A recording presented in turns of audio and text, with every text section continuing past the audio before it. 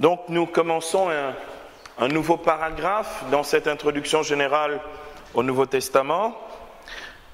Il porte donc dans cette section, ce chapitre 2e consacré aux synoptiques, il porte, après avoir vu Marc, il porte sur l'évangile selon saint Matthieu, ce Matthieu, Lévi, le publicain, comme il s'appelle lui-même, il se qualifie lui-même, qui était apôtre du Seigneur. L'évangile selon Matthieu est le plus long, avec 28 chapitres. Il a été écrit très certainement autour de 80 après Jésus.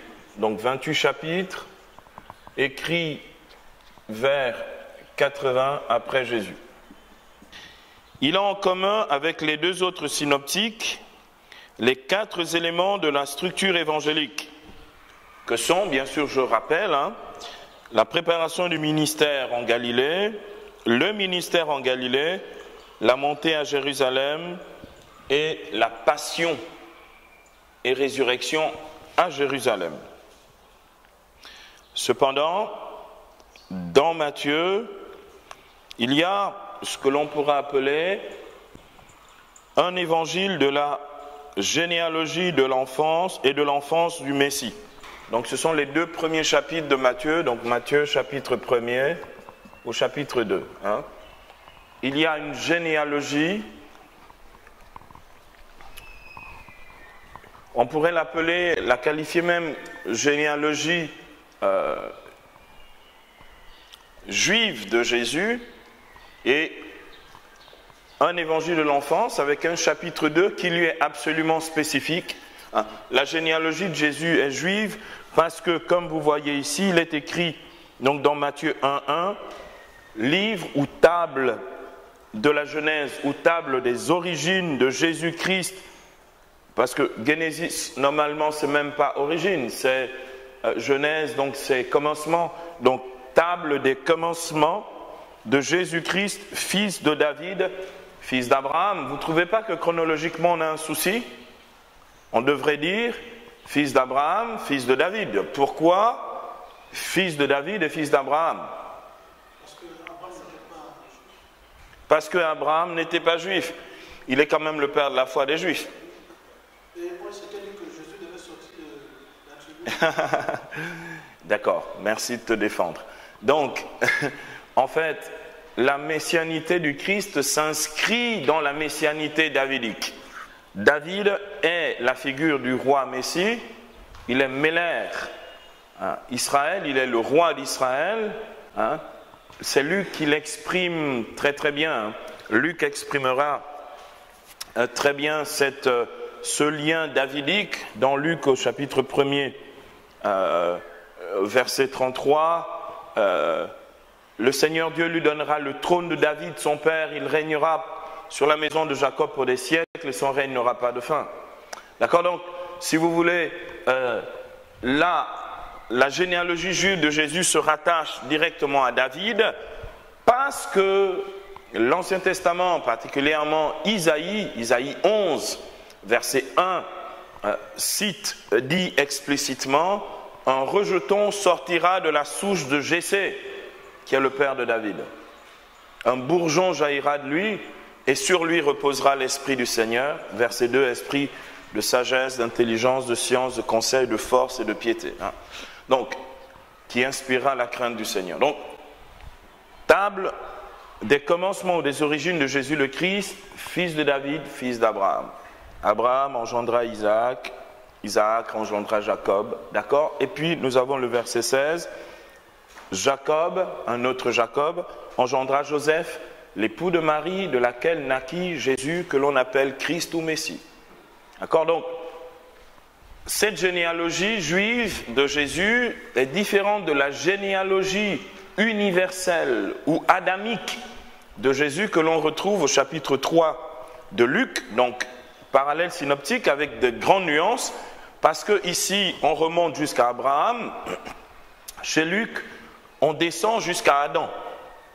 D'accord, chapitre 3 de Luc. Je voulais juste donc vous signaler cette nuance. Donc, l'évangile selon saint Matthieu nous montre donc la généalogie, donc c'est un évangile de la généalogie de Jésus, la généalogie juive de Jésus, et aussi elle a deux pièces, si vous voulez, le chapitre 2 de Matthieu, qui sont très des pièces singulières que l'on ne trouve que chez Matthieu, la visite des mages, d'accord, et le massacre des saints innocents, ainsi que la fuite en Égypte. Ce chapitre de l'évangile de l'enfance, chez Matthieu, n'apparaît que chez Matthieu. Ça fait partie des spécificités de Matthieu, et pourtant il est synoptique, avec Marc qui n'a pas d'évangile de l'enfance, et Luc qui a un autre évangile de l'enfance. D'accord ? Donc le chapitre 2 est une pièce rare, une pièce unique chez Matthieu. C'est important.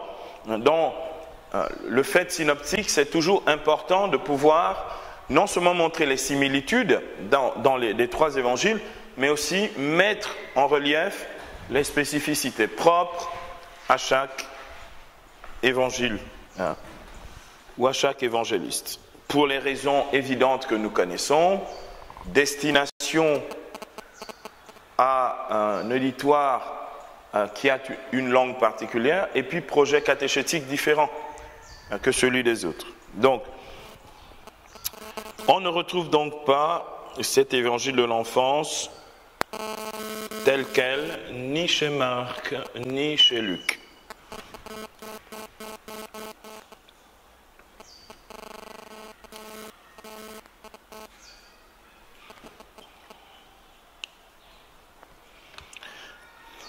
Donc, son auteur est l'apôtre Matthieu,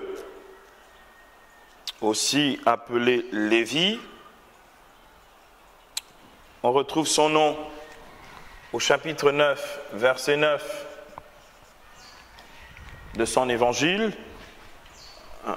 Donc, après la prédication de Jésus sur le mont des Béatitudes, la guérison du lépreux, il y a l'appel de Lévi dans Matthieu au chapitre 9, et au verset 9, on lit ceci: « Étant sorti, Jésus vit en passant un homme assis au bureau de la douane, appelé Matthieu, et il lui dit, « Suis-moi ». Et se levant, il le suivit. » Matthieu chapitre 9,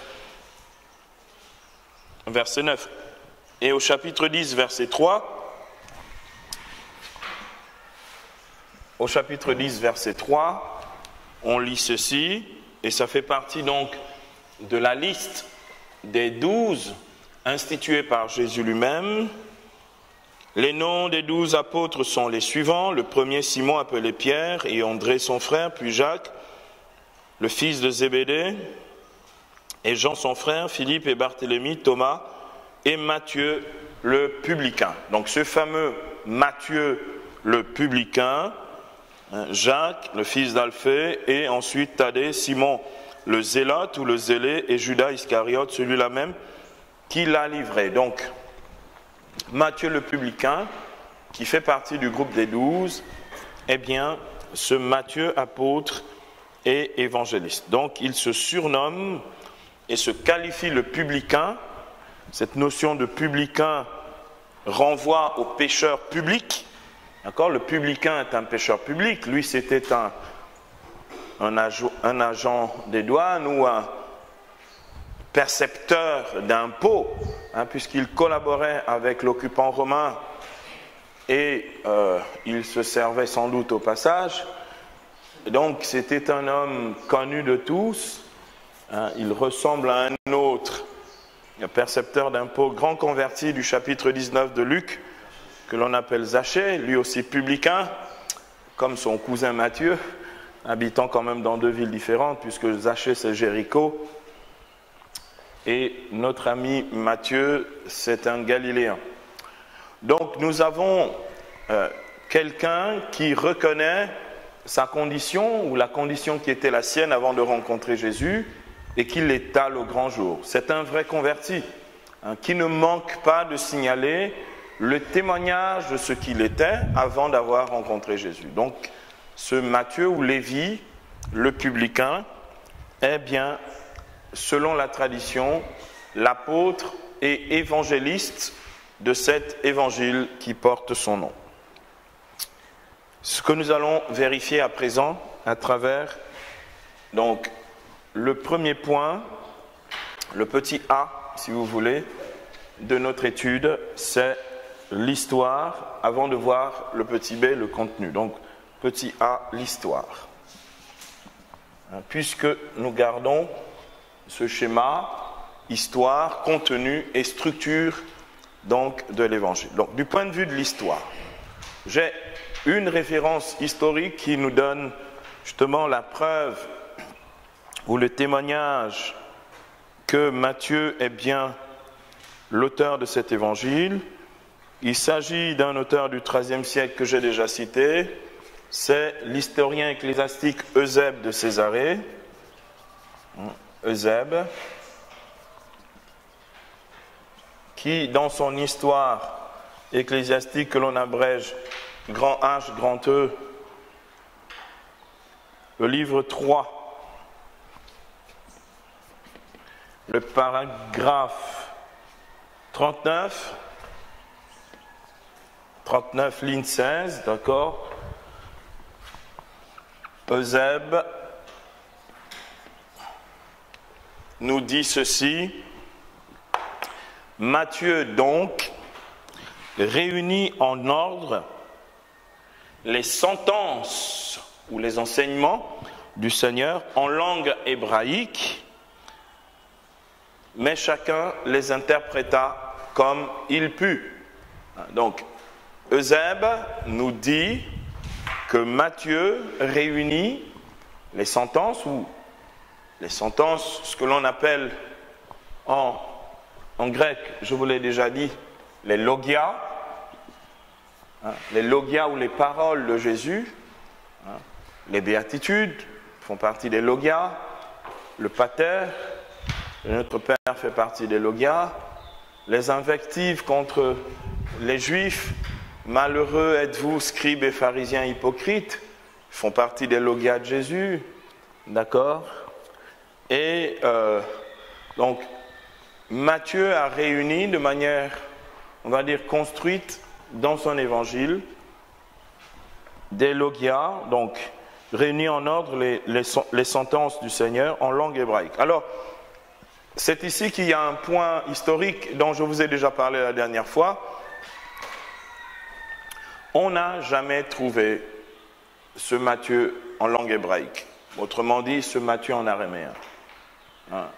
De nombreux auteurs, et il y a même des Bibles comme ça, faites par des Juifs messianiques, où on a converti, si vous voulez, où on a traduit en araméen Matthieu en grec pour voir ce que ça donne. Donc il existe des Matthieu aujourd'hui, des Matthieu en araméen ou en grec, ou en hébreu, pardon, pour voir ce que ça pouvait donner. D'accord? Mais historiquement parlant, on n'a jamais mis la main sur ce fameux Matthieu en langue hébraïque, en hébreu donc, le seul Matthieu, le plus ancien manuscrit de l'évangile selon saint Matthieu, se trouve en grec. Donc, la grande question, et c'est un peu la position majoritaire qui est aussi ma position, parmi les spécialistes du Nouveau Testament et les exégètes, c'est de se dire, est-ce que ce n'est pas simplement la destination de cet évangile qui a été écrit pour les judéo-chrétiens, c'est-à-dire les chrétiens venus du judaïsme, d'accord? Parce que la pensée, les livres, les concepts étaient diffusés en grec à partir du IIIe siècle avant Jésus, sachant que depuis la déportation à Babylone, nous avons déjà vu ce point d'histoire, on ne pratique plus l'hébreu. D'accord? L'hébreu n'est plus une langue courante. L'hébreu est utilisé pour la lecture des manuscrits qui étaient à ce moment-là refaits pour la prière au temple, avec la réforme d'Esdras et de Néhémie. Mais même dans la synagogue, on parlait araméen, et on parlait de manière courante une langue dérivée de l'hébreu qu'est l'araméen. Donc très concrètement, l'hébreu n'existe plus, historiquement parlant, au sens de langue couramment pratiquée. Donc, ce point d'histoire que rapporte Eusèbe, il rapporte ce que l'on rapportait à l'époque. C'est juste, je crois, à mon avis, que l'évangile de Matthieu était destiné aux Juifs, tout simplement. Donc la question s'est longtemps posée sur l'existence d'un original de l'évangile selon saint Matthieu en langue hébraïque ou en araméen, mais celui-ci demeure introuvable. Comme je viens de le dire, on sait que Matthieu a écrit pour les chrétiens venus du judaïsme, ceux de Palestine et de Syrie, pour leur donner de comprendre que Jésus de Nazareth est vraiment le Messie promis par les prophètes, car c'est lui qui accomplit les Écritures. Matthieu, chapitre 5, versets 17 à 18. Je ne suis pas venu abolir la loi et les prophètes. Non, je ne suis pas venu abolir mais accomplir. Avant que ne passent le ciel et la terre, pas un iode. Le iode, c'est la plus petite lettre en hébreu. Donc, le iode, c'est l'équivalent du iota en grec. Pas un iode, pas un tiret sur le iode ne passeront de la Torah ou de la loi que tout ne soit accompli.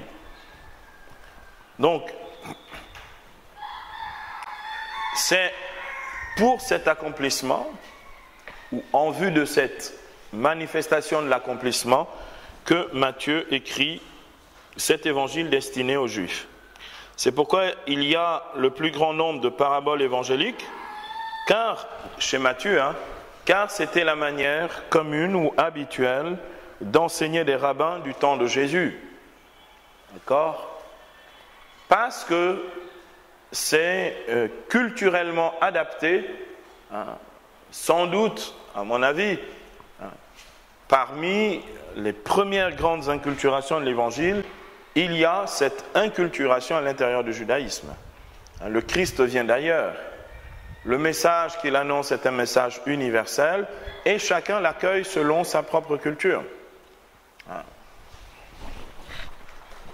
Et donc, les Juifs l'accueillent en tant que Juifs, même si, comme le dira Jésus dans l'évangile de Jean à la Samaritaine, le salut vient des Juifs.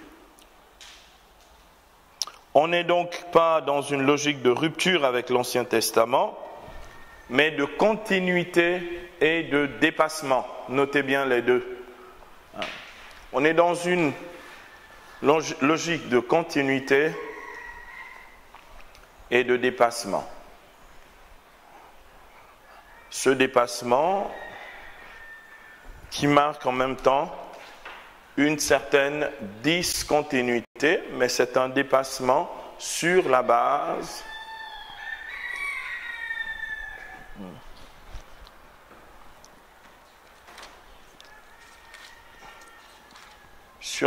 donc d'un dépassement.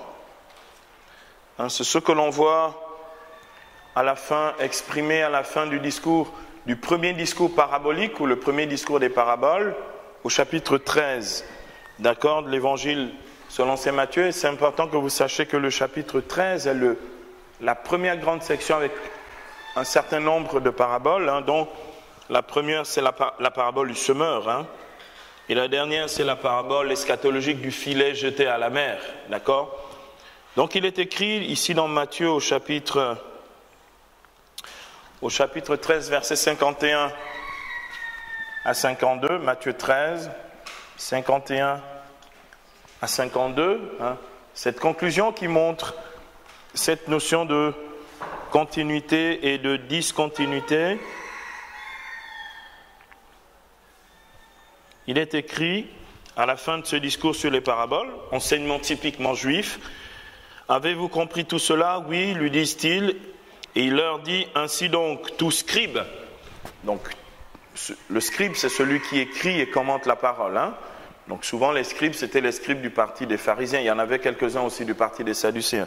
Tout scribe devenu disciple du royaume des cieux est semblable à un propriétaire qui tire son trésor du neuf et de l'ancien. Nova et vetera. Du neuf et de l'ancien. Donc, il y a une nouveauté qui montre le dépassement. Et il y a de l'ancien qui montre la continuité. D'accord ? Le disciple de Jésus, donc les disciples du royaume des cieux, sont comme des propriétaires qui tirent leur trésor du neuf et de l'ancien. Le neuf qui est le testament nouveau et l'ancien qui est l'ancien testament. D'accord ? Donc c'est important de réaliser que Matthieu assure pour les Juifs cette continuité dans le dépassement, comme on peut le voir dans l'étude de l'Évangile selon saint Matthieu. Voyons à présent rapidement, petit b, le contenu de l'Évangile de Matthieu. Cet Évangile, selon saint Matthieu, destiné aux Juifs ou écrit pour les Juifs, présente la figure de Jésus comme le nouveau Moïse. J'ai écrit un livre il y a quelques années. D'ailleurs, le premier livre que j'ai eu à écrire de ma vie, c'est une étude complète de l'Évangile selon saint Matthieu, avec comme sous-titre justement l'accomplissement de l'Écriture, ou des Écritures, pardon, pluriel, et où je montre justement comment Jésus se présente chez Matthieu comme le nouveau Moïse. Je vais d'abord vous le raconter, ensuite je vous ferai la synthèse. On voit bien donc l'inscription de Jésus dans la généalogie juive, donc qui part de David, puis qui rattache à la foi d'Abraham, puisque les Juifs sont eux aussi fils d'Abraham, Abraham, Isaac, Jacob, donc les premiers des patriarches, et Jésus donc naît dans un contexte qui ressemble beaucoup au contexte de l'Égypte, à cause de la figure d'Hérode le Grand. Hérode le Grand est une espèce de duplicata, si vous voulez, de Ramsès II. Lorsque Jésus apparaît, les fils, les garçons, sont menacés. Ce sont les saints innocents. Vous vous souvenez de cet épisode? Très curieusement, les enfants de moins de 2 ans aussi, donc, à cause de la naissance du Messie, va faire trembler l'Égypte, ou fait trembler donc la Galilée, d'accord, puisque Hérode est tétrarque de Galilée. Donc, à ce moment-là, Jésus fuit en Égypte. On se pose toujours la question, pourquoi Jésus ne fuit pas en Mésopotamie, à Ninive, ou ailleurs, en Chaldée, je ne sais pas où. Il fuit en Égypte. En fait, il va refaire, et pourtant les fils d'Israël ont été libérés de l'Égypte, donc il ne devrait pas aller par là-bas.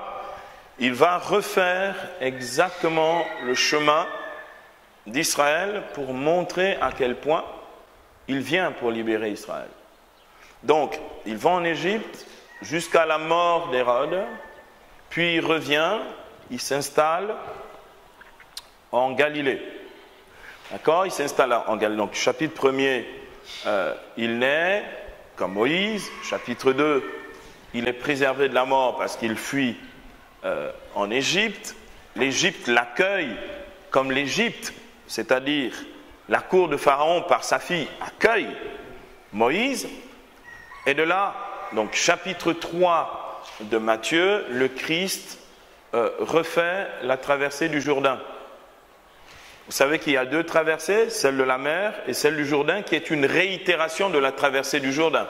La traversée du Jourdain est une réitération de la traversée de la mer. Avec Josué, Josué reproduit exactement le miracle de la mer. Vous vous souvenez, pour passer pour entrer en terre promise. Et là, donc, Jésus traverse le Jourdain de quelle manière? Par son baptême au Jourdain. Au moment de son baptême au Jourdain, il y a une théophanie, un peu comme la colonne de nuée dans le désert, c'est le Saint-Esprit et la voix du Père, celle que Moïse a entendue, pareillement, qui a dit, qui se révèle, d'accord, comme, bien sûr, je suis celui qui sera ou qui est, d'accord. Donc, il y a une révélation, tout est concentré, si vous voulez, dans un seul événement. Donc Jésus fait cette traversée du Jourdain pour montrer désormais aux hommes que le chemin de la libération ou le chemin de la Pâque, c'est le baptême, n'est-ce pas? Après, Jésus est envoyé au désert. Comme les fils d'Israël, après la traversée de la mer, vont passer, normalement ils étaient censés passer 40 jours au désert, mais leur obstination et endurcissement a fait que les fils d'Israël sont restés 40 ans, parce qu'ils auraient pu traverser le désert en 40 jours. Donc Jésus reste au désert et vit la traversée du désert, qui est véritablement le lieu et des épreuves et des tentations. D'accord? Vous vous souvenez, la tentation du veau d'or, la tentation qui a entraîné donc l'obstination, les serpents d'airain, hein, d'accord? Le serpent d'airain, victoire sur les morsures de serpents.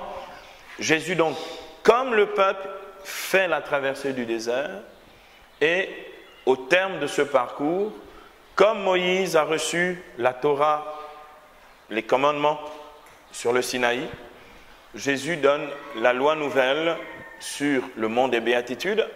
On n'est plus dans des commandements, on est dans un chemin de bonheur qui rejoint l'enseignement du dernier livre du Pentateuque que l'on appelle le Deutéronome ou la Nouvelle Loi.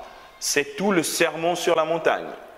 Donc, toute la première partie, si vous voulez, les 5 premiers chapitres de Matthieu sont là pour nous faire la démonstration selon laquelle le Christ, le nouveau Moïse, est vraiment celui qui vient accomplir la Torah ou le Pentateuque et qui emmène son peuple de l'esclavage du péché à la vraie liberté. Ce n'est plus seulement l'esclavage de l'asservissement et des corvées, des travaux forcés des fils d'Israël qui construisaient les villes de Pharaon. Désormais, Jésus est présenté dans l'annonciation ou dans l'annonciation à Joseph comme Yeshua dans Matthieu 1, 21. Tu lui donneras le nom de Yeshua ou de Jésus, celui qui sauvera son peuple de ses péchés. Le salut annoncé, accompli par Jésus n'est plus seulement la libération d'un esclavage, d'une servitude humaine, mais c'est véritablement la libération du péché, donc un salut total. Je récapitule donc l'évangile qui est destiné aux Juifs, présente Jésus comme le nouveau Moïse, celui qui donne la loi nouvelle des béatitudes. Il est celui qui accomplit, comme je l'ai déjà montré, la loi et les prophètes. En outre, il s'agit donc d'une catéchèse apologétique, le mot apologia, c'est-à-dire de justification, donc une catéchèse de justification par laquelle l'évangéliste veut démontrer que dans le mystère du Christ et de l'Église se réalisent toutes les espérances d'Israël. Donc l'évangéliste veut montrer que dans le mystère du Christ et de l'Église se réalisent toutes les espérances d'Israël. Nous poursuivons donc notre cours d'introduction à Matthieu dans les synoptiques. Donc après avoir vu la partie historique qui atteste que Matthieu est bien l'auteur de l'évangile qui porte son nom, après avoir vu succinctement le contenu de Matthieu, avec en particulier la figure de Jésus comme nouveau Moïse, celui qui accomplit la loi et les prophètes, voyons à présent la structure de Matthieu. Comme je l'ai déjà dit, Matthieu, qui écrit aux Juifs, compose en 5 livrets ou 5 discours son évangile afin de lui donner la forme du Pentateuque. Pentateuchos, 5 rouleaux, littéralement. Donc, destiné aux Juifs, Matthieu subdivise donc en 5 livrets ou 5 discours son évangile. Ce n'est pas la première fois que dans la Bible on utilise le même procédé. Le psautier, le livre des psaumes, en tout cas des 150 psaumes que nous avons, est lui aussi subdivisé en 5 livrets, à l'image des 5 livres du Pentateuque. Donc, Matthieu reprend donc cette forme du Pentateuque pour rédiger. Donc, il y a ici une pédagogie, si vous voulez. Il y a ici, avec les mêmes informations qu'ont tous les synoptiques, Matthieu, parce qu'il destine aux Juifs son évangile, va l'écrire sous la forme du Pentateuque. Chaque livret aura 2 parties, ce que l'on appelle une section narrative, donc un récit. La narration, c'est le récit, l'art du récit. Donc, chaque livret aura 2 parties, une section narrative avec des événements et des miracles, et un discours spécifique, donc un enseignement attaché aux événements, ou un enseignement inséré dans les événements. Donc, chaque livret aura toujours un peu ces 2 éléments constitutifs, à la fois une partie narrative et une partie discours ou enseignement. Je vais donc vous présenter rapidement les 5 discours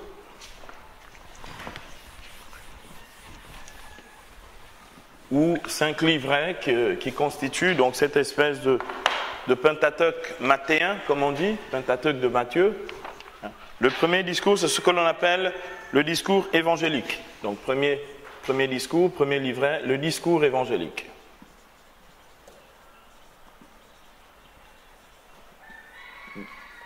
Le discours évangélique dans lequel Matthieu présente bien le genre littéraire évangile du point de vue des Juifs.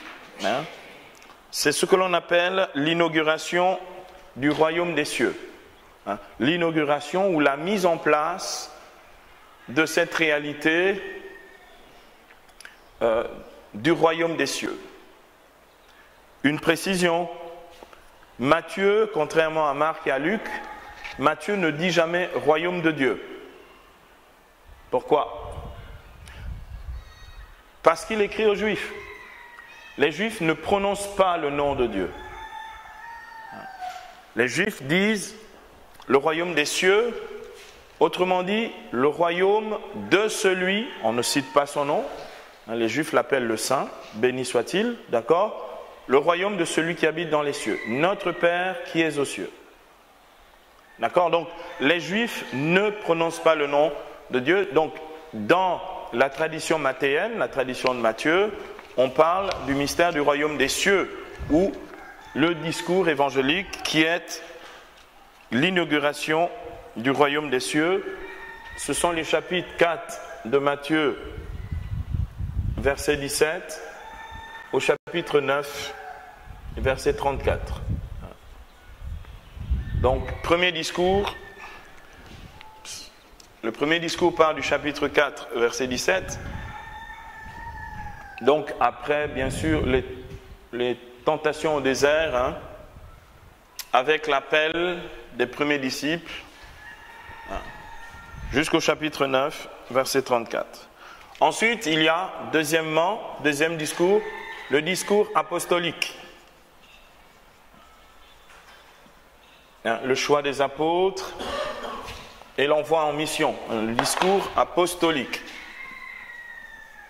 où Jésus instruit ses apôtres et les envoie en mission. C'est ce que l'on appelle le discours apostolique ou l'annonce de la bonne nouvelle. Jésus les envoie pour proclamer la bonne nouvelle, chasser les démons et faire des guérisons. Le discours apostolique ou l'annonce de la bonne nouvelle, c'est Matthieu 9, verset 35. Au chapitre 12, verset 50. Le discours apostolique, donc c'est cette section qui nous parle de l'institution des apôtres, de leur formation par Jésus et leur envoi en mission pour annoncer la bonne nouvelle, le discours apostolique ou l'annonce de la bonne nouvelle. Enfin, donc ensuite, troisième discours, c'est ce que l'on appelle le discours parabolique ou le discours des paraboles. Le discours parabolique, discours des paraboles, c'est ce que l'on appelle la prédication du royaume des cieux ou la forme de prédication qu'utilise Jésus pour annoncer le royaume dans l'évangile de Matthieu. Le discours parabolique ou la prédication du royaume des cieux, c'est-à-dire c'est la prédication du royaume des cieux, c'est Matthieu chapitre 13. Donc comme je vous l'ai dit, l'essentiel est concentré dans Matthieu 13, versets 1 à 17. Pardon, verset 1 au chapitre 17, verset 27. C'est une grosse section, dont l'essentiel est le chapitre 13. Donc Matthieu chapitre 13, verset 1 au chapitre 17, verset 27. Donc, la forme de la prédication du royaume des cieux, ce sont essentiellement les paraboles, même s'il y a aussi des sentences, donc des préceptes, comme par exemple les sentences du discours sur la montagne, les béatitudes. Heureux les pauvres de cœur, le royaume des cieux est à eux, heureux les persécutés pour la justice, le royaume des cieux est à eux. Donc discours parabolique. Ensuite, quatrième discours, c'est ce que l'on appelle le discours ecclésiastique. C'est l'Église, le mystère de l'Église tel que le Christ l'a annoncé, tel que Matthieu nous le rapporte. Le discours ecclésiastique, ce discours ecclésiastique qui nous parle de l'Église comme semence du royaume des cieux en ce monde. L'Église comme semence du royaume des cieux. Donc le discours ecclésiastique qui nous présente donc l'Église comme semence du royaume des cieux. C'est Matthieu 18, donc chapitre 18, verset 1 au chapitre 23, verset 39. Donc le discours ecclésiastique. Quand vous voulez, par exemple, approfondir le mystère de l'Église du point de vue de Matthieu, vous lisez les chapitres 18 au chapitre 23, que l'on appelle le discours ecclésiastique. D'accord ? Le discours sur le mystère de l'Église comme semence du royaume des cieux en ce monde. Le royaume des cieux est comparable à une graine de moutarde ou senevé jetée en terre. C'est la plus petite de toutes les graines du jardin ou du potager, mais quand elle a grandi, elle devient un grand arbre, si bien que les oiseaux du ciel viennent faire leur nid dans cet arbre, les oiseaux du ciel. Les anges, d'accord, donc ce royaume des cieux qui pousse au milieu du monde. Donc le discours ecclésiastique. Enfin, cinquièmement, ce que l'on appelle le discours eschatologique, ou le discours sur la fin des temps,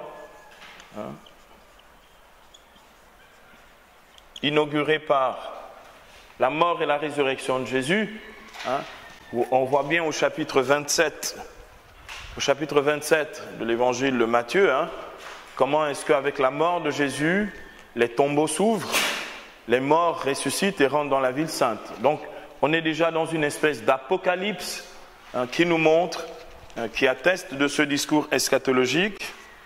Donc, c'est Matthieu 24, verset 1 à 28, verset 20, donc la fin, l'évangile qui est l'annonce de la bonne nouvelle à toutes les nations, pour les faire entrer dans le salut à travers le baptême. Donc le discours eschatologique qui est ou l'accomplissement définitif du royaume des cieux. Le discours eschatologique qui est l'enseignement sur l'accomplissement définitif du royaume des cieux. Donc vous voyez bien que Matthieu va utiliser 5 discours pour faire entrer dans le mystère évangélique. Donc le discours évangélique lui-même qui pose les bases de l'enseignement de Jésus, le discours apostolique où Jésus appelle, forme et envoie ses apôtres, le discours parabolique ou la prédication du royaume des cieux qui est la forme de la prédication de Jésus qui enseigne comme les rabbins ou les rabbis de son temps, le discours ecclésiastique où Matthieu nous présente l'Église comme semence du royaume des cieux, mais l'Église de Matthieu, c'est une Église de pauvres, c'est l'Église des pécheurs. Ce que dit Jésus dans Matthieu au chapitre 9, verset 13, « Allez apprendre ceci, c'est la miséricorde que je veux et non les sacrifices. Je ne suis pas venu appeler les justes, mais les pécheurs. » Donc, enfin, le discours eschatologique, eschata, ce sont les choses de la fin.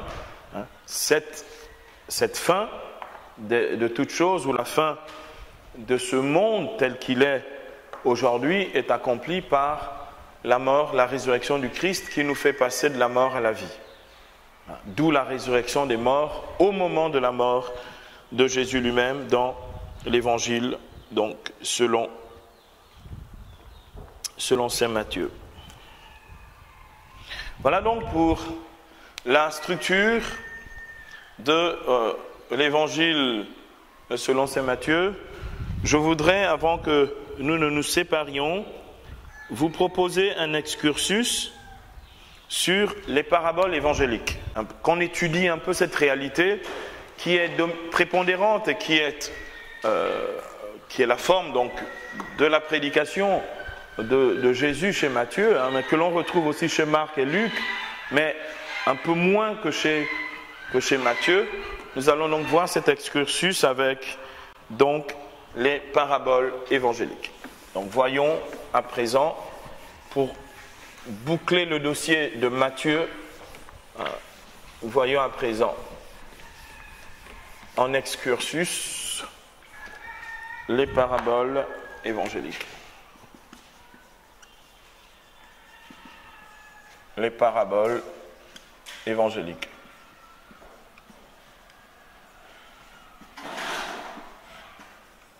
C'est bien d'avoir fait au moins une fois dans sa vie les paraboles, parce que de toute façon, ça occupera une bonne partie de votre enseignement.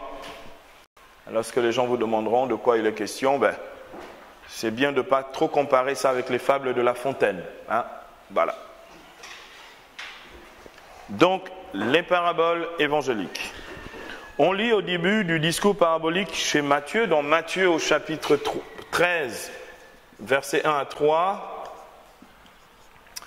on lit ceci. En ce jour-là, Jésus sortit de la maison et s'assit au bord de la mer, et des foules nombreuses s'assemblèrent auprès de lui, si bien qu'il monta dans une barque et s'assit, et toute la foule se tenait sur le rivage, et il leur parla de beaucoup de choses en paraboles. Jésus enseigne donc en paraboles. Jésus utilise une vieille technique. On se dit, mais pourquoi il monte dans la barque Jésus était très très intelligent. Il n'y avait pas de microphone. La foule est nombreuse. Donc en fait, en parlant directement sur la mer, il y a une espèce d'écho qui fait microphone et la voix de Jésus est répercutée sur la foule. Donc Jésus avait des techniques de son temps, il faisait comme il pouvait avec les moyens du bord. Voilà. Il n'y avait pas de gros sonos de plusieurs mégahertz. Donc, les paraboles sont des formes d'enseignement souvent employées par les rabbins et qui étaient assez courantes du temps de Jésus. Il s'agit d'un enseignement simple, fait d'images et de symboles, tiré de la vie quotidienne et de l'histoire biblique.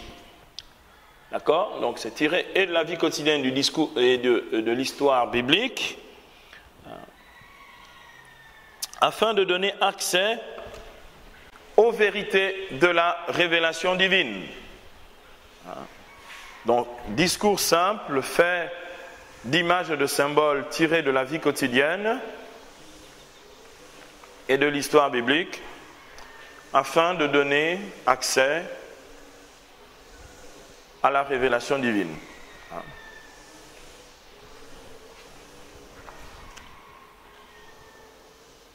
En mathématiques, vous savez ce que c'est qu'une parabole, hein. C'est une courbe qui va d'un point jusqu'à un autre. Hein. Le chemin détourné a un seul but.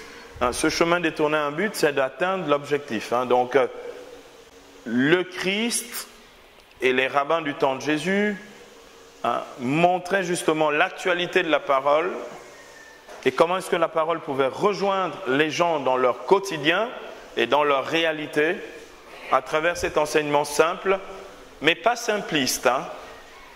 Les paraboles, ce n'est pas un enseignement simpliste. C'est tellement dense que vous n'avez pas qu'un seul sens aux paraboles, vous avez des sens multiples aux paraboles. Hein. C'est sans doute un... Comment dire ? Vous savez que dans l'Antiquité grecque, et Platon est champion là-dessus, on enseigne à partir des mythes ou de la mythologie. D'accord ? Vous avez étudié ça hein, dans philosophie. Bon. Eh bien, moi, je trouve que la parabole est plus percutante et plus puissante que le mythe. Le mythe est un enseignement figé. C'est toujours la même réalité qu'elle restitue ou qu'elle veut restituer. Hein. Le mythe de la naissance d'Aphrodite, hein, ou le mythe de l'Éros que reprend Platon dans le banquet. D'accord ? C'est toujours la même chose. Hein. L'amour est né de expédient et de poros, c'est-à-dire de la pauvreté et de la richesse. Bon, c'est toujours la même chose. Or, dans le discours parabolique, la même parabole est polysémique. Elle donne une infinité de sens possibles attachés au mystère du royaume des cieux, comme nous allons le voir. Il ne s'agit donc pas d'un enseignement de type ésotérique, c'est bien qu'on se le dise. Hein. Il ne s'agit pas du tout d'un enseignement de type ésotérique ou gnostique, comme on peut l'entendre parfois. Hein. Les gens des sociétés secrètes comme les francs-maçons et compagnie disent « Ah, mais tous ne pouvaient pas comprendre les paraboles. Jésus enseignait ça en secret à ses disciples. » Or, lorsque le texte évangélique nous dit qu'il expliquait tout à la maison aux disciples, le texte nous donne les explications. La parabole du semeur, il y a ensuite l'explication de la parabole du semeur. Donc, il n'y a rien de caché, si vous voulez. Mais les gens des sociétés secrètes ésotériques ont besoin de nous prouver que on cache des trucs, donc pour justifier leur propre sournoiserie, hein, et puis surtout le fait qu'ils sont incapables d'assumer leur propre doctrine. Si ce qu'ils disent est vrai, si cohérent, si logique, qu'ils étalent leur enseignement. Hein. Donc, ce n'est pas un enseignement pour initiés qui serait réservé à quelques-uns. Les prêtres, vous nous cachez tout, comme disent-ils. D'accord ? C'est un peu n'importe quoi. L'enseignement de la foi chrétienne est un enseignement public, c'est une prédication à toute la création. Ce n'est même pas que les hommes qui sont concernés par ça. Hein. Toute la création. Le démenti à ce mensonge se trouve dans l'évangile lui-même. Lorsqu'il est dit à la fin de la parabole des vignerons homicides dans Matthieu 21, 44, Matthieu 21, 44, vous pouvez trouver dans vos Bibles, hein, les grands prêtres et les pharisiens, en entendant ces paraboles, comprirent bien qu'il les visait. Ils comprirent bien. Donc, Jésus fait des allusions paraboliques et les auditeurs comprenaient bien ce qu'il disait. Ce n'est donc pas un enseignement ésotérique réservé à une petite élite d'initiés. C'est un enseignement populaire, ça ne peut pas être ésotérique. Vous me suivez ? Donc, on ne peut pas être en même temps dans un enseignement populaire et un enseignement ésotérique. Jésus va se servir donc de réalités terrestres pour ouvrir ses auditeurs aux réalités du royaume des cieux. Donc Jésus part de la vie des hommes pour leur donner d'avoir accès à la vie divine. C'est ça les paraboles. On se souvient des formules introductives aux paraboles, telles que Matthieu 13, 31, les formules introductives. Matthieu 13, 31, une formule comme le royaume des cieux est semblable à, ou comparable à. Il n'est pas dit c'est ça le royaume de Dieu. Il est semblable, d'accord? C'est une parabole. Parabole est un discours analogique. Il dit qu'il y a quelque chose d'analogue qui permet de comprendre la réalité dont il veut parler. Donc, Matthieu chapitre 13, verset 31. Ou bien, il envoie du royaume des cieux comme, Matthieu 22, verset 2. Matthieu 22, verset 2. Il en va du royaume des cieux comme. Voilà. Ces histoires utilisent parfois des images qui peuvent surprendre. Il ne faut donc en aucun cas, parce que le comme, ça veut dire c'est une comparaison, mais une comparaison un peu éloignée de la réalité dont il est question à propos du royaume des cieux. Ces histoires utilisent parfois donc des images qui peuvent surprendre. Il ne faut donc en aucun cas les prendre au premier degré. Par exemple, à la fin des temps, le Fils de l'homme est comparé à un voleur qui vient dans la nuit. Matthieu 24, versets 42 à 44. Matthieu 24, 42 à 44. Le Fils de l'homme, c'est-à-dire Jésus est comparé à un voleur. Ça ne veut pas dire que Jésus est un voleur, vous voyez ce que je veux dire? Donc, on ne peut pas prendre une parabole au pied de la lettre. Une parabole a toujours un sens théologique et spirituel. On ne prend jamais une parabole au pied de la lettre, c'est-à-dire au sens littéral. Le sens littéral indique ou ouvre au sens spirituel. Ce dont il est question, ce n'est pas que le Christ soit un voleur, c'est juste le fait que le Christ, à la fin des temps, viendra à l'improviste quand on ne s'y attend pas, comme dit la parabole elle-même, car nous savons que Jésus n'est pas un voleur.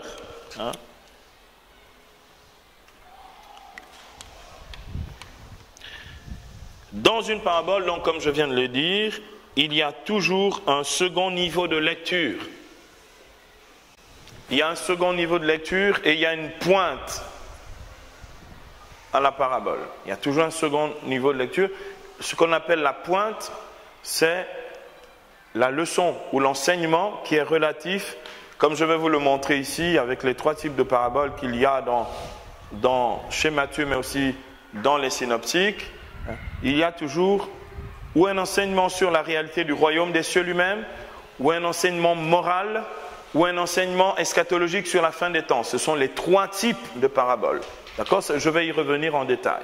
Donc, la pointe est toujours relative ou à une explication pour nous dire ce qu'est le royaume des cieux, ou à une explication qui nous dit quelle est la morale de l'histoire pour que nous puissions pratiquer cette vie morale-là, ou bien quelle est la leçon ou l'enseignement eschatologique qui nous prépare au monde à venir.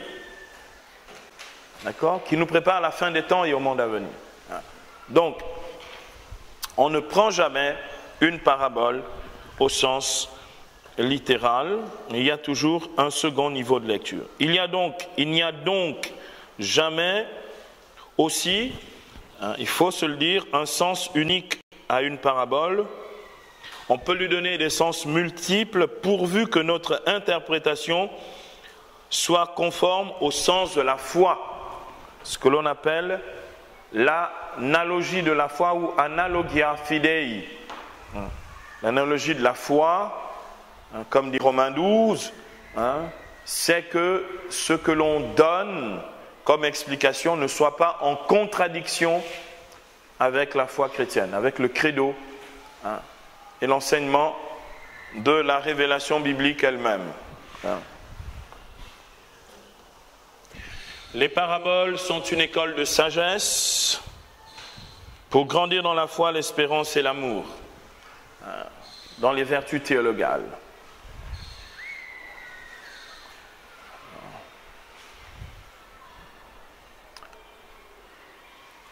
La foi va concerner toutes les paraboles du royaume des cieux,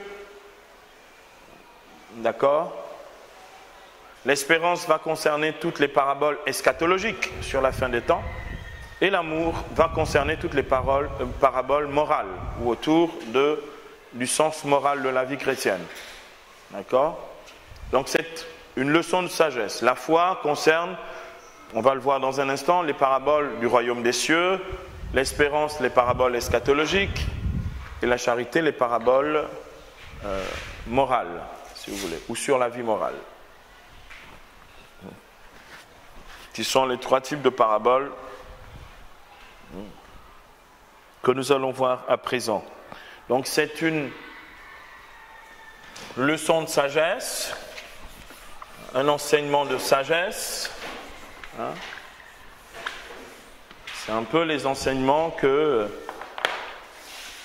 les vieux conteurs donnent dans les villages. D'accord?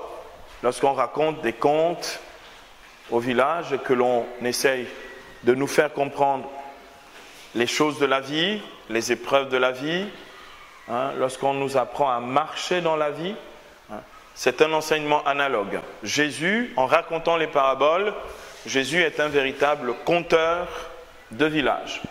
C'est un griot en racontant ces paraboles. Donc, comme je vous l'ai déjà énoncé, j'ai fait allusion, il y a trois types de paraboles. Le premier type de parabole, c'est ce que j'appelle des enseignements sur le royaume des cieux. Enseignements sur le royaume des cieux. Sur le royaume des cieux. Autrement dit, ce premier type de parabole, enseignement sur le royaume des cieux, c'est un enseignement sur la foi et la vie dans le Christ. Parce que le royaume des cieux, ce n'est pas un royaume quelque part. Le royaume des cieux, c'est le Christ lui-même.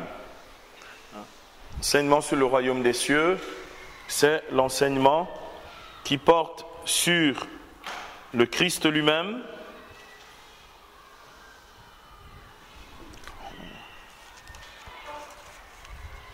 Par exemple, le semeur est sorti pour semer. D'accord? Eh bien, le semeur qui est sorti pour semer, c'est le Christ lui-même. Il est sorti du Père, il est venu semer la parole, c'est la prédication du royaume des cieux, une parole qui doit porter du fruit dans nos vies. Ce que l'on voit ici dans Matthieu au chapitre 13, versets 3b et suivants, il disait « Voici que le semeur est sorti pour semer. Comme il semait, des grains sont tombés au bord du chemin. » Donc, le semeur, c'est lui. Cette parabole est une parabole du royaume des cieux qui nous parle de Jésus, de la foi en lui et la foi dans sa parole, la semence, et la vie dans le Christ. Ensuite, vous avez un deuxième type de parabole, ce sont des enseignements eschatologiques. Deuxièmement, enseignement eschatologique. Donc sur les réalités de la fin des temps et du monde à venir.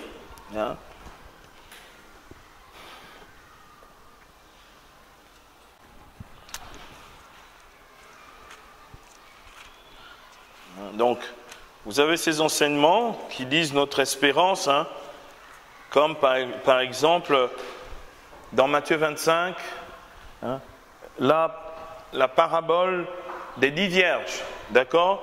Matthieu 25, alors il en sera, donc c'est le futur, donc les eschatas, les choses de la fin, verset 25, donc chapitre 25, verset 1, excusez-moi, alors il en sera du royaume des cieux comme de 10 vierges qui s'en allèrent munis de leurs lampes à la rencontre de l'époux qui doit venir. Or, 5 d'entre elles étaient sottes et 5 étaient sensées. Donc, parabole eschatologique qui parle des choses de la fin. D'ailleurs, dans Matthieu 13, pareillement, la parabole du filet jeté dans la mer que l'on retire, que l'on trie, et bien ça va être à la fin des temps les anges qui viendront séparer. D'accord? Les bons et les méchants. Jésus lui-même fait une un commentaire de cette parabole qui est une parabole eschatologique. Et puis enfin, des enseignements moraux. Troisièmement, un troisième type, enseignements moraux.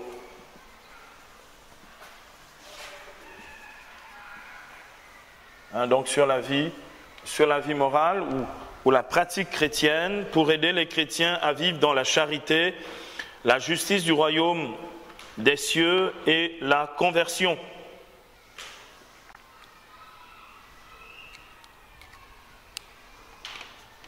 La justice du royaume des cieux et la conversion. Ici, je vais faire une extension. On retrouve cela, par exemple, chez Luc, puisque Luc aussi, après Jean, celui qui a le plus grand nombre de paraboles, c'est Luc. On retrouve aussi toute une section parabolique dans Luc 16. Vous avez donc Luc 16, versets 1 à 8, il disait encore à ses disciples, il était un homme riche qui avait un intendant, celui-ci lui fut dénoncé comme dilapidant ses biens, et il le fit appeler, lui dit, qu'est-ce que j'entends dire de toi? Rends compte de ta gestion, car tu ne peux plus gérer mes biens désormais. L'intendant se dit en lui-même, que vais-je faire, puisque mon maître me retire la gérance? Piocher, je n'en ai pas la force, mendier, j'aurai honte. Je sais ce que je vais faire, pour qu'une fois relevé de ma gérance, il y en ait qui m'accueillent chez eux. Et faisant venir un à un les débiteurs de son maître, il dit au premier, combien dois-tu à mon maître? 100 barils d'huile, lui dit-il. Il lui dit, prends ton billet, assieds-toi et écris vite 50, plutôt que 100. Puis il dit à un autre, et toi combien dois-tu? 100 mesures de blé, dit-il. Il lui dit, prends ton billet et écris 80. Et le maître, verset 8, loua cet intendant malhonnête d'avoir agi de façon avisée, car les fils de ce monde sont plus avisés envers leurs propres congénères que les fils de la lumière. La pointe, c'est que le maître va louer cet intendant malhonnête, ce gérant habile. Je vous ai dit, les paraboles, on ne les prend pas au sens littéral. Le Christ ne fait pas l'apologie de la malhonnêteté ou de la fraude, d'accord? Ce qu'il loue, c'est son habileté, son intelligence. La pointe pour nous, les chrétiens, c'est de dire, regardez comment est-ce que les fils des ténèbres sont habiles. Or, nous qui sommes enfants de la lumière, nous devons être plus habiles que les fils des ténèbres. Donc, ce n'est pas une apologie de la malhonnêteté. Le mot habile ou habileté, c'est le même mot peut traduire aussi bien sage, intelligent. Celui qui est habile est un homme sage et un homme intelligent. Et on doit être intelligent pour les choses du royaume de Dieu, comme les fils de ce monde, ou les fils des ténèbres sont habiles entre eux. Les chrétiens ne savent pas faire des affaires. Ce sont les autres qui en profitent parce que les chrétiens n'ont pas cette intelligence des choses de ce monde et se font à chaque fois doubler par les autres. Conclusion, par rapport au discours parabolique, dans Matthieu 13, donc, versets 34 à 35, il est écrit donc, tout cela Jésus le dit aux foules en parabole, il ne leur disait rien sans parabole pour que s'accomplisse l'oracle du prophète, ou en tout cas cet oracle prophétique du psaume 78, verset 2, psaume 78, verset 2, où il est écrit, j'ouvrirai la bouche pour dire des paraboles, je clamerai des choses cachées depuis la fondation du monde. Donc, les paraboles ne sont pas un discours ésotérique, puisque Jésus met en lumière les choses cachées depuis la fondation du monde. Donc, il enseignait aux foules en paraboles, il ne leur disait rien sans parabole. Et nous allons aborder donc un dernier genre du point de vue des synoptiques. Il s'agit donc de l'évangile selon saint Luc. L'évangile selon saint Luc, composé de 24 chapitres, a été écrit vers 85 après Jésus pour des pagano-chrétiens autrement dit pour des chrétiens venus du paganisme, donc pour des païens venus au christianisme, d'origine grecque, c'est-à-dire des hellénistes. Quand on dit hellénistes, on parle des Grecs. Une des nominations antiques des Grecs, ce sont les Hellènes. D'accord ? Les hellénistes, ce sont des pagano-chrétiens d'origine grecque. Hellénistes ou pagano-chrétiens d'origine grecque. Donc ces pagano-chrétiens d'origine grecque vont recevoir, comme je l'ai dit, avec les repères culturels qui sont les leurs, vont recevoir eux aussi la bonne nouvelle de Jésus, et l'évangéliste Luc va appliquer pour eux une pédagogie de la foi qui leur est adaptée. Son auteur est Luc, que la tradition reconnaît comme étant un médecin. Dans Colossiens, au chapitre 4, verset 14, dans l'épître aux Colossiens, au chapitre 4, verset 14,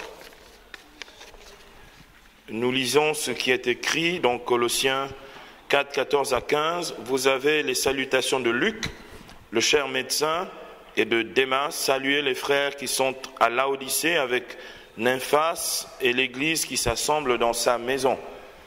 Donc ce fameux Luc de Colossiens 4 et 14, eh bien, ce médecin, la tradition de l'Église reconnaît que Luc l'évangéliste est ce cher médecin dont parle ici l'apôtre Paul. Luc n'était pas un apôtre, mais un disciple de la seconde génération qui sera compagnon de Paul, comme on le verra aussi dans les Actes des Apôtres.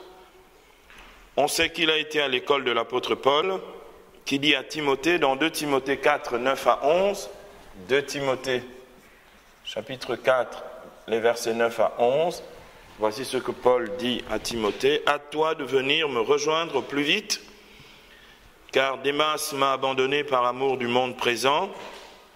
Il est parti pour Thessalonique, Crescence pour la Galatie, Tite pour la Dalmatie. » Verset 11, « Seul Luc est avec moi.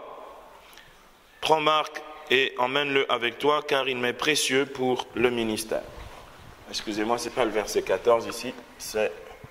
Ah, si, là c'est 14, ici c'est le verset 11. Oui, c'est bien, je croyais avoir fait une erreur, mais autant pour moi.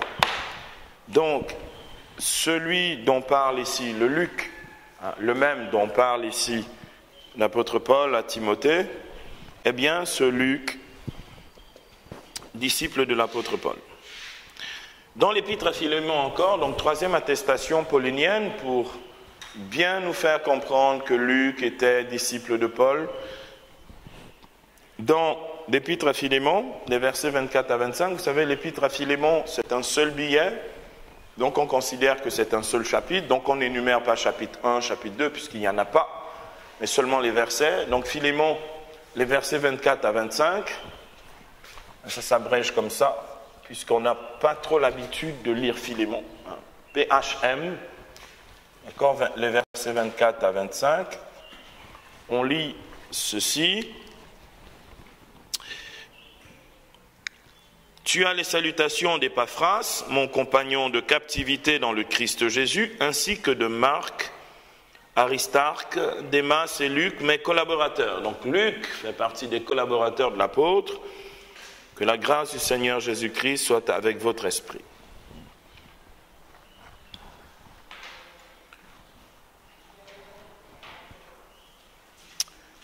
Donc, Luc est bien un collaborateur de l'apôtre Paul. Collaborer, laborer, travailler ensemble, collaborer, c'est travailler avec. Donc, il est compagnon de mission, où il participe de la mission de Paul.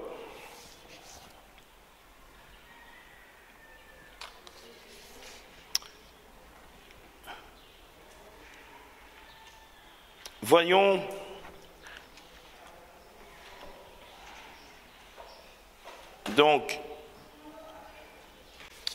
à présent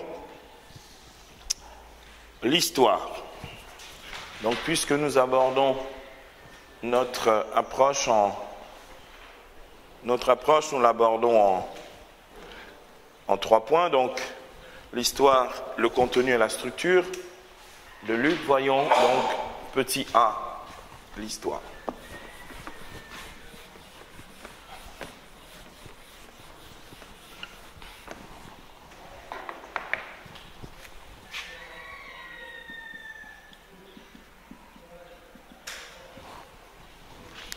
Nous vérifions donc à travers l'histoire, comme vous le savez, l'authenticité à la fois de l'attribution de cet ouvrage du Nouveau Testament à son auteur, mais aussi l'authenticité de l'ouvrage lui-même. Donc, c'est l'histoire qui corrobore ce fait-là, de la double authenticité, à la fois l'auteur et l'ouvrage.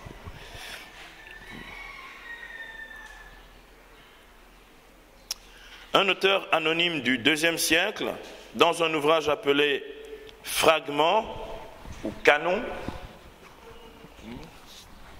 c'est un ouvrage anonyme du IIe siècle que l'on appelle le Fragment Muratori.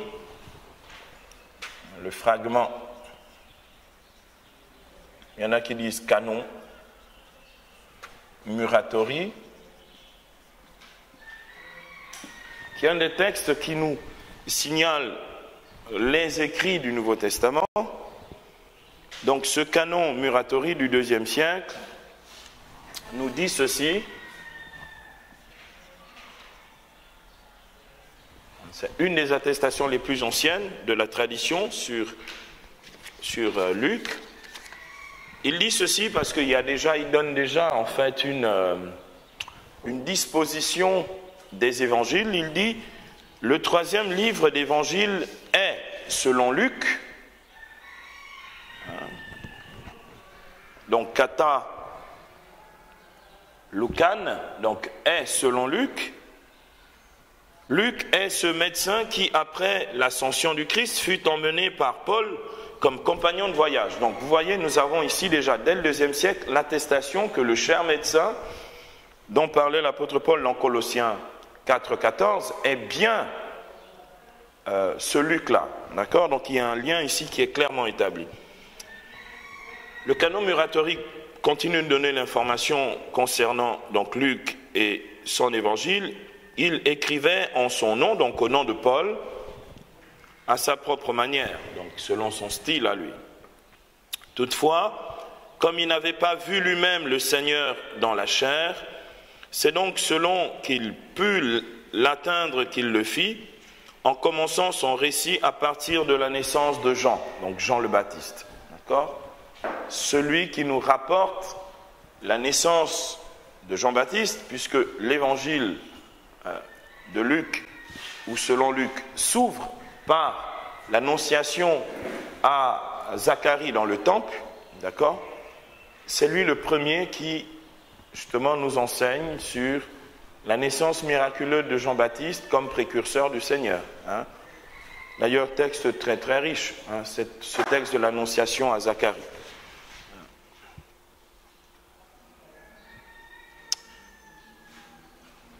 Donc, le canon Muratori nous dit clairement que Luc, ce cher médecin, est l'auteur de l'évangile qui porte son nom, disciple et compagnon de Paul. Un autre texte de l'Antiquité qui justement vient corroborer, un texte aussi du IIe siècle, corroborer cette tradition selon laquelle l'évangile qui porte le nom de Luc est bien de ce Luc médecin, c'est Saint Irénée de Lyon dans Ad Versus Héréses, donc Saint Irénée,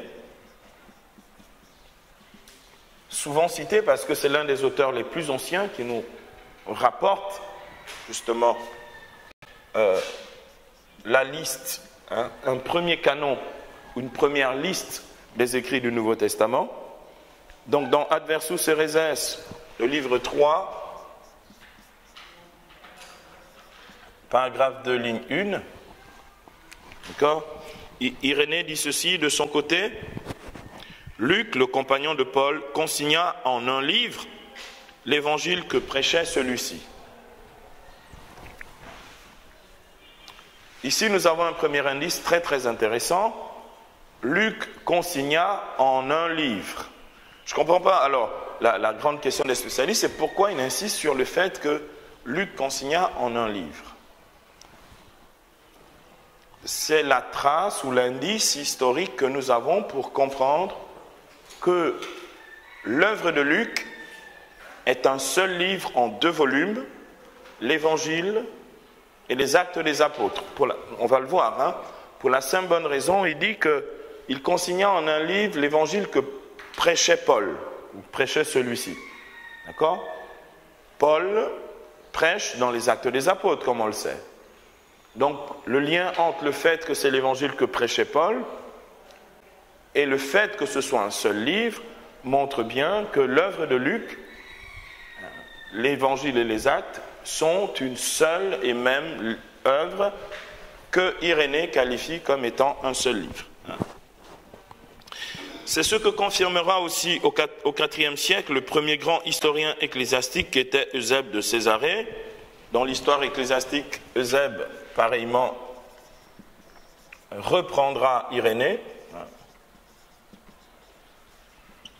Vous l'avez dans l'histoire ecclésiastique, on abrège HE. Au livre 2, le paragraphe 8, ligne 3. D'accord ? Donc je ne reprends pas, mais donc Eusèbe confirme bien que c'est Luc, compagnon de Paul, ce cher médecin, qui écrira lui aussi cet évangile. C'est donc saint Irénée qui nous donne l'indice d'une œuvre unique de Luc, qui consigna, dit-il, en un livre, l'évangile et les actes des apôtres. C'est une œuvre magistrale qui réunit à la fois la vie et le ministère de Jésus et celle de l'Église primitive. Donc il y a une continuité entre la vie, le ministère de Jésus, l'accomplissement du salut et l'annonce du salut à travers l'Église, d'accord, dans les actes des apôtres. Donc voici 3 références historiques qui viennent corroborer et attester qu'il s'agit bien d'une seule et même œuvre. Luc, en introduction de son évangile, dans Luc au chapitre 1er, ce que l'on appelle l'introduction à l'évangile de Luc ou le prologue de Luc, avant donc prologue, c'est-à-dire les paroles du principe.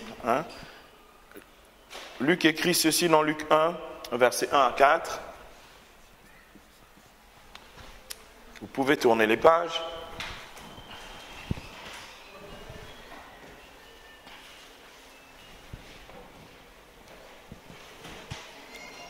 Voici ce que dit Luc. Puisque beaucoup ont entrepris de composer un récit des événements qui se sont accomplis parmi nous, d'après ce que nous ont transmis ceux qui furent dès le début témoins oculaires et serviteurs de la parole. Donc il y a une transmission, il y a une tradition évangélique. Beaucoup ont entrepris. Donc Luc n'est pas le seul, donc il nous montre ici qu'il y a des synoptiques. Il n'est pas le seul qui a entrepris d'écrire, de composer un récit des événements de la vie de Jésus. Donc il dit, puisque beaucoup ont entrepris de composer un récit des événements qui se sont accomplis parmi nous, d'après ce que nous ont transmis ceux qui furent dès le début témoins oculaires, ceux qui ont vu et serviteurs de la parole, ceux qui ont été envoyés par le Seigneur lui-même pour prêcher, donc les apôtres. Donc il montre ici le lien apostolique de l'évangile, absolument nécessaire pour reconnaître l'authenticité d'un évangile. j'ai décidé moi aussi, après m'être informé exactement de tout, donc la quête de l'exactitude, de la précision. Le gars, il n'improvise pas, il n'invente pas. Ce n'est pas de la mythologie, ce n'est pas une histoire transposée. Il recherche des faits, donc avec exactitude. Donc j'ai décidé moi aussi, après m'être informé de tout, exactement, donc après m'être informé exactement de tout depuis les origines, d'en écrire pour toi l'exposé suivi, excellent Théophile, ce fameux Théophilos, donc cet excellent ou ce fameux Théophile, Théophilé,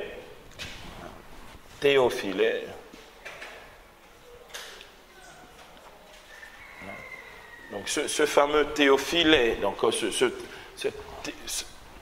alors ce gars, Théophile, il est littéralement l'ami de Dieu, ou celui qui aime Dieu. D'où la question longtemps posée par les exégètes, Théophile, est-ce que c'est quelqu'un de précis qui pourrait porter ce nom, le Théophilé? Est-ce que c'est quelqu'un de précis ou donc l'ami de Dieu, ou c'est tous ceux qui aiment Dieu? C'est-à-dire n'importe quel lecteur de l'Évangile est Théophile, c'est-à-dire il aspire à l'amitié avec Dieu. D'accord? Donc, ce Théophile, donc ce nom apparaît ici pour la première fois. Luc dit qu'il a voulu écrire pour lui l'exposé suivi en disant, verset 4, pour que tu te rendes bien compte de la sûreté des enseignements que tu as reçus. Pour que tu te rendes compte de la sûreté ou de la véracité, littéralement pour que tu reconnaisses à propos de ces écrits que tu as reçus des paroles solides. D'accord? La sûreté, donc des paroles solides, littéralement en grec. Donc, pour que tu reconnaisses la solidité des paroles que tu as reçues, qui sont transmises dans cet évangile. Donc, on voit bien avec cette introduction le dessein lucanien, ce qu'il veut réellement faire. Il veut le faire en s'informant absolument de tout, de manière très précise. On considère que les sources lucaniennes sont à la fois la prédication de Paul, principalement, qui est l'essentiel de ces sources, mais aussi le recours à certains apôtres qui étaient encore vivants du temps où Pierre prêchait. Donc on sait bien que autour de 60, Pierre et Paul prêchent ensemble à Rome, se sont rencontrés, donc il n'est pas impossible que ce chrétien de la deuxième génération qui était Luc ait rencontré Pierre, donc il a eu des informations supplémentaires. Il n'est pas impossible qu'il ait rencontré Marc, lui-même secrétaire de Pierre, qui a consigné donc le premier évangile écrit du Nouveau Testament, donc dans les synoptiques, donc l'évangile qui porte son nom, selon Marc. Et il n'est pas impossible, selon la tradition, c'est pourquoi l'iconographie byzantine représente souvent Saint Luc peignant la Vierge Marie avec l'enfant Jésus, il n'est pas impossible que Luc ait rencontré la Vierge. Parce que pour avoir les détails si précis sur l'annonciation faite à Marie, le Magnificat de Marie, même si on voit bien qu'il y a une composition, une écriture, elle repose sur des faits réels. Le but de Luc, on l'a appelé sans doute le premier historien évangélique, dans la mesure où il recherche des faits historiques, des faits précis.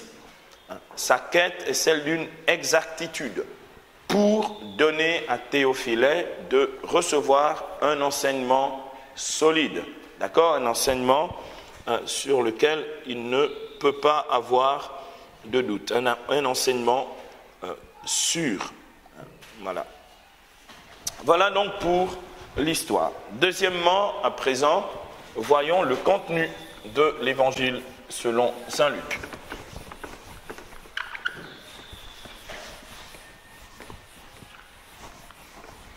Donc petit b, le contenu.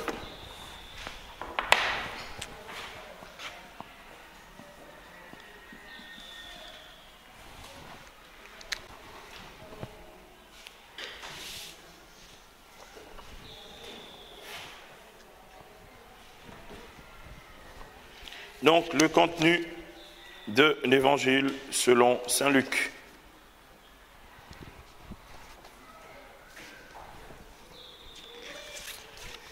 L'œuvre évangélique de Luc veut rendre compte de l'universalité du salut. L'œuvre évangélique de Luc veut rendre compte de l'universalité du salut, comme il est écrit dans Luc au chapitre 2, les versets 30 à 32, Luc 2, 30 à 32. Vous pouvez regarder. C'est le nunc dimittis de Siméon, nunc dimittis en latin, nunc maintenant. Dimittis, c'est laisser aller, hein? Démettre, si vous voulez. Donc, Siméon dit, car mes yeux ont vu ton salut, que tu as préparé à la face de tous les peuples, Donc, lumière pour éclairer les nations et gloire d'Israël, ton peuple. Donc, lumen gentium, lumière des nations. Le Christ comme lumière des nations. Donc, Luc met en lumière justement cette dimension universelle ou catholique du salut. On le voit aussi au chapitre 3 de l'évangile selon saint Luc, au verset 6, Luc 3, 6, qui est une reprise d'Isaïe 40, qui annonçait déjà cette universalité du salut, lorsque il est écrit « Et toute chair verra le salut de Dieu ». D'accord? Donc, toute chair, tout homme verra le salut de Dieu. Donc. Et troisième occurrence, au chapitre 6, chapitre 19, excusez-moi, chapitre 19, verset 9.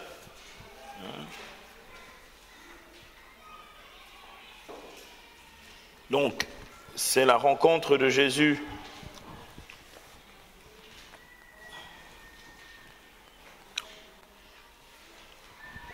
donc, chapitre 19, on va dire les versets 9 à 10. Jésus chez Zachée, donc, Luc 19, 9 à 10. Jésus dit de Zachée, « Aujourd'hui, le salut est arrivé pour cette maison parce que lui aussi est un fils d'Abraham, car le Fils de l'homme est venu chercher et sauver tous ceux qui étaient perdus. » C'est donc la totalité ou la catholicité, d'accord, de ceux qui sont perdus, qui sont destinés, eux aussi, tout homme, donc, destiné au salut de Dieu. Donc, l'œuvre évangélique de Luc veut rendre compte de cette universalité du salut. Chez Luc, la figure messianique de Jésus est celle du prophète.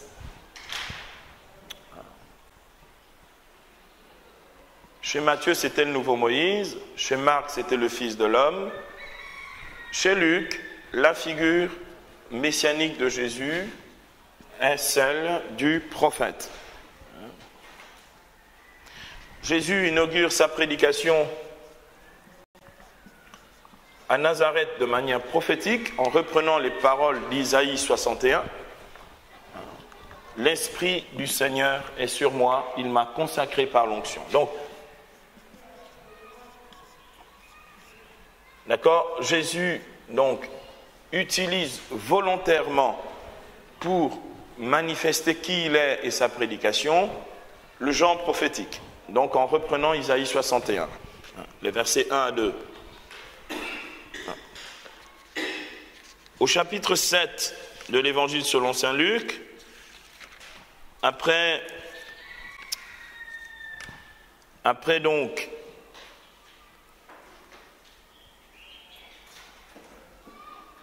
la résurrection du fils de la veuve de Naïn, donc dans Luc 7,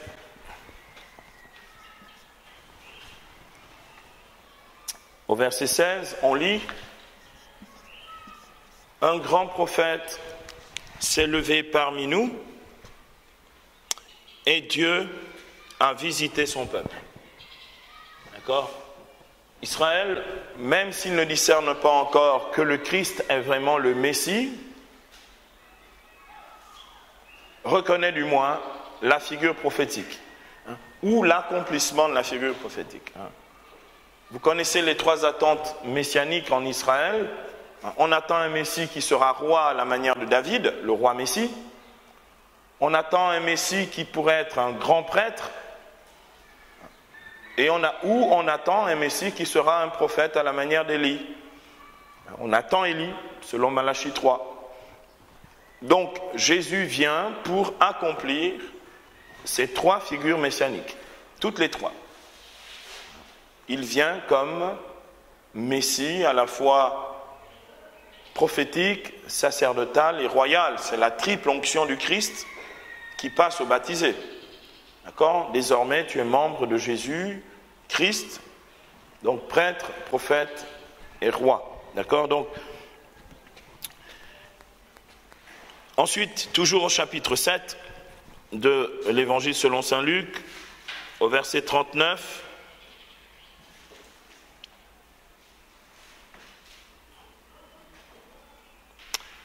il est écrit à cette vue, donc au moment où Jésus va manger chez Simon le pharisien, et que la femme verse du parfum sur ses pieds. Donc, voici la réaction des pharisiens, ils ne peuvent pas faire autrement. À cette vue, le pharisien qui l'avait convié se dit en lui-même, si cet homme était prophète, il saurait qui est cette femme qui le touche et ce qu'elle est, une pécheresse. Luc 7, 39.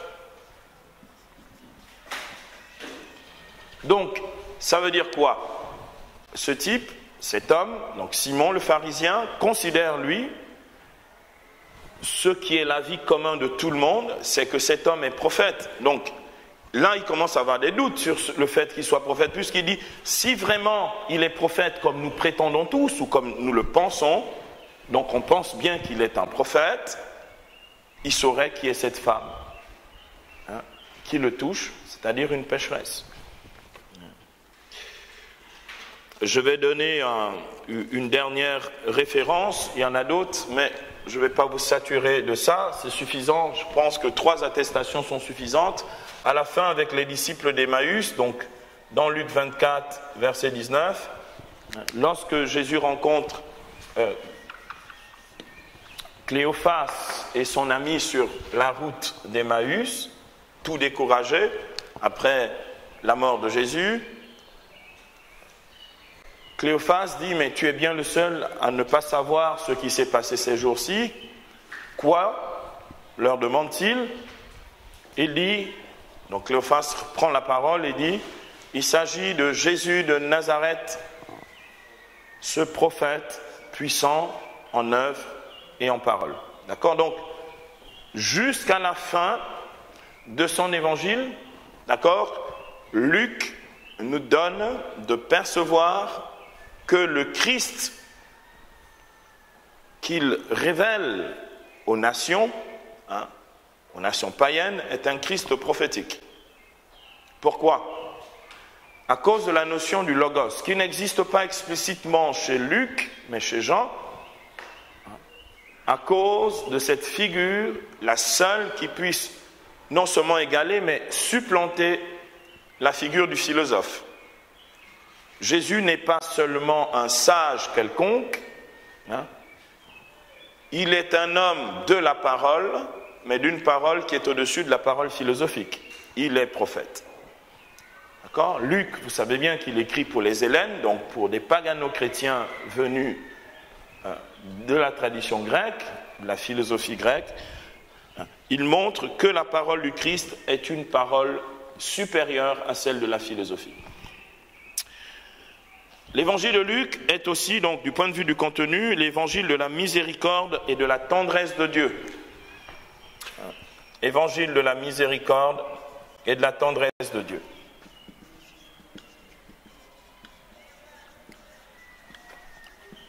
Luc est le seul qui a ce tableau, si vous voulez, dans donc Luc 15, donc ce chapitre 15, qui contient ce que l'on appelle les trois paraboles de la miséricorde, la brebis perdue, ensuite la drachme ou la pièce perdue, et bien entendu l'enfant perdu et retrouvé, ou les enfants perdus. Comme je vous l'ai déjà dit une fois ici, la composition est admirable. Il commence par deux tableaux qui montrent qu'on peut se perdre à l'extérieur, c'est la brebis perdue, puisqu'il laisse les 99 autres brebis pour aller chercher celle qui est perdue. On peut se perdre à l'intérieur de la maison, c'est la drachme perdue, que cette femme va chercher, retrouver, et ensuite faire la fête avec son voisinage. Donc on peut être perdu dehors, on peut être perdu dedans.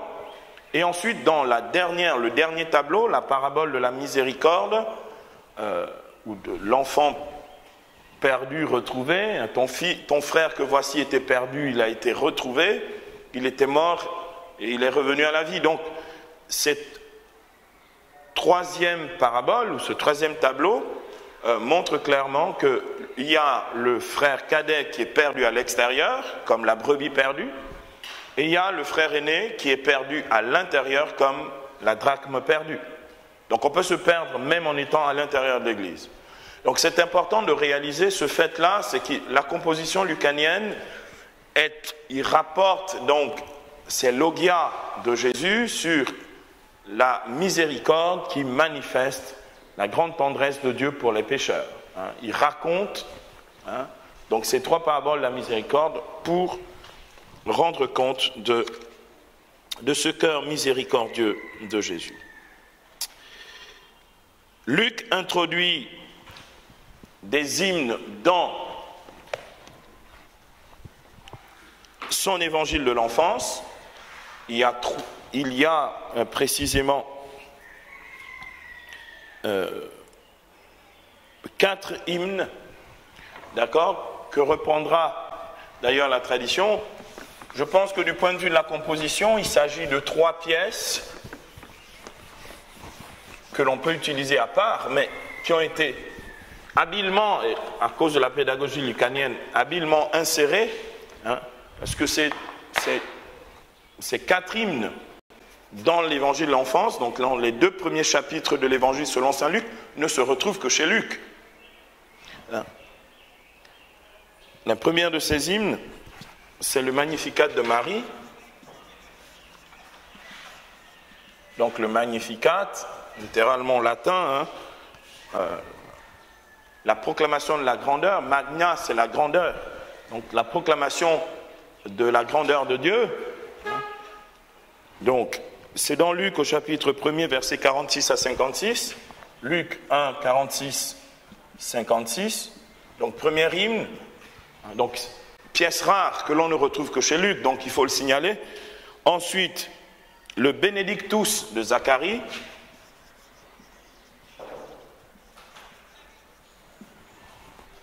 Benedictus, bénédiction. Béni soit le Seigneur, le Dieu d'Israël, qui visite et rachète son peuple. Dans Luc, au chapitre 1er, versets 67 à 79. Luc 1, 67 à 79. Ensuite, troisième hymne que l'on ne soupçonne pas, mais que même certains commentateurs du Nouveau Testament passent sous silence, c'est le Gloria,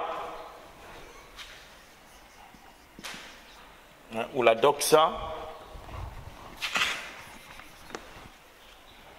Donc le Gloria des anges à Noël. Gloire à Dieu au plus haut des cieux, paix sur la terre, aux hommes, objet de sa bienveillance. Donc Luc chapitre 2, verset 14. Lorsque les anges annoncent aux bergers la grande joie de la nativité de Jésus. Et puis enfin, ce qui boucle le cycle de l'évangile de la nativité, si vous voulez, dans cette section de l'évangile de l'enfance qui se conclut avec le recouvrement au temple, c'est donc le Nunc Dimittis de Siméon. Donc dans Luc 2, versets 29 à 32.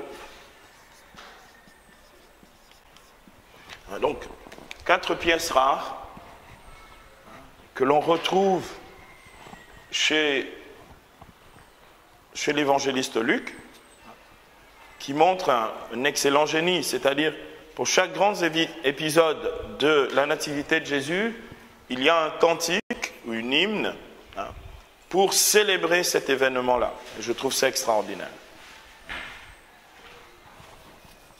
Donc chaque grande section est ponctuée par une hymne. Voici donc pour le contenu général de l'évangile selon saint Luc. Nous allons aborder le dernier point avant de faire une pause. Donc à présent, voyons la structure, donc petit c, la structure ou la composition de l'évangile selon saint Luc.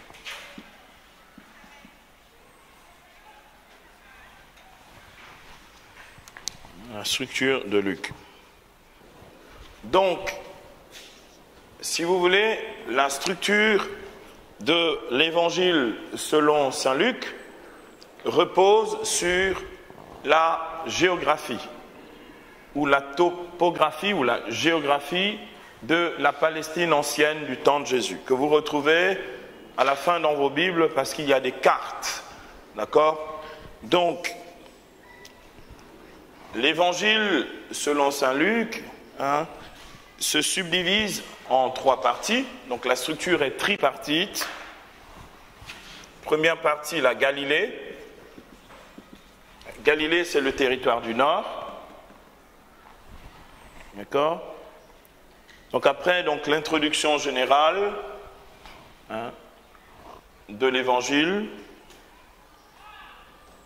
Donc l'introduction, c'est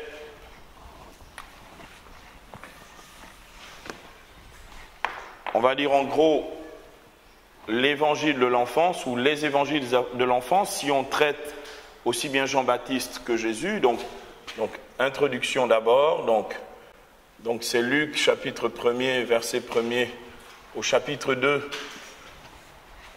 verset 52. Ensuite vous avez la première partie, c'est la Galilée. Donc c'est Luc chapitre 3, verset 1, au chapitre 9, verset 50. Donc Jésus commence son ministère en Galilée. Vous connaissez les quatre étapes des évangiles synoptiques. Luc les honore. Donc ensuite, la Samarie, entre parenthèses, vers Jérusalem, ou la route de Jérusalem.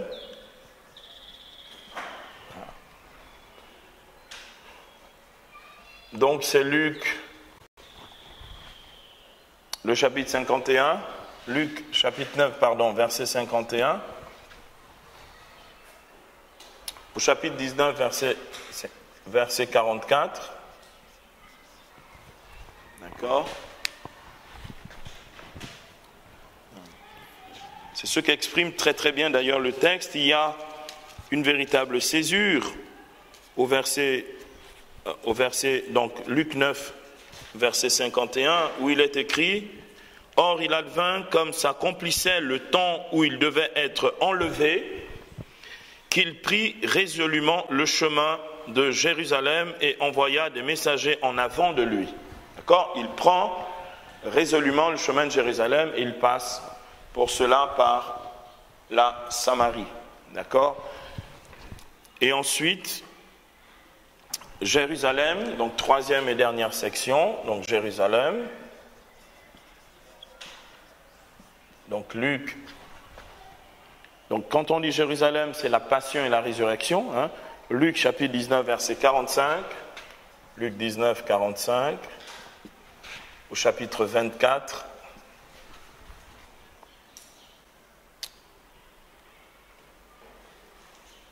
Verset 35.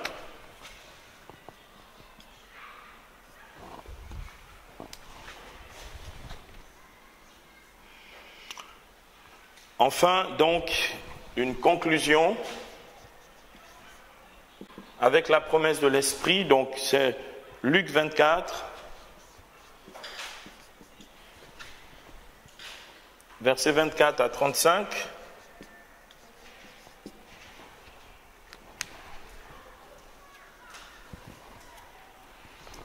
On va voir l'habileté de la composition lucanienne parce que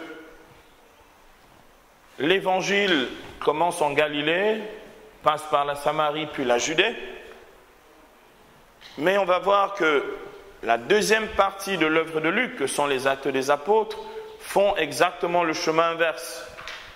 Dans Actes 1:8, vous serez mes témoins à Jérusalem, dans toute la Judée, la Samarie, jusqu'aux extrémités de la terre, qui passe par la Galilée, des nations. D'accord ? Donc la composition lucanienne, donc la pédagogie de Luc, c'est toujours le dessein universel du salut qui commence par le monde juif.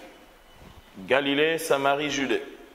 Et ensuite l'universalité qui va se déployer à partir des actes des apôtres, particulièrement avec les 3 voyages missionnaires de Paul, Jérusalem, Pentecôte donc, Samarie, la prédication du diacre Philippe, et jusqu'aux extrémités de la terre, les voyages missionnaires de l'apôtre Paul. D'accord? Donc, une structure tripartite très intelligente qui est déjà dans le dessein missionnaire inscrit par la mission de Jésus lui-même. On va lire ici donc cette conclusion de l'évangile selon saint Luc. Donc l'évangile de Luc s'achève avec l'épisode de l'Ascension que Luc rapporte dans Luc 24, verset 44.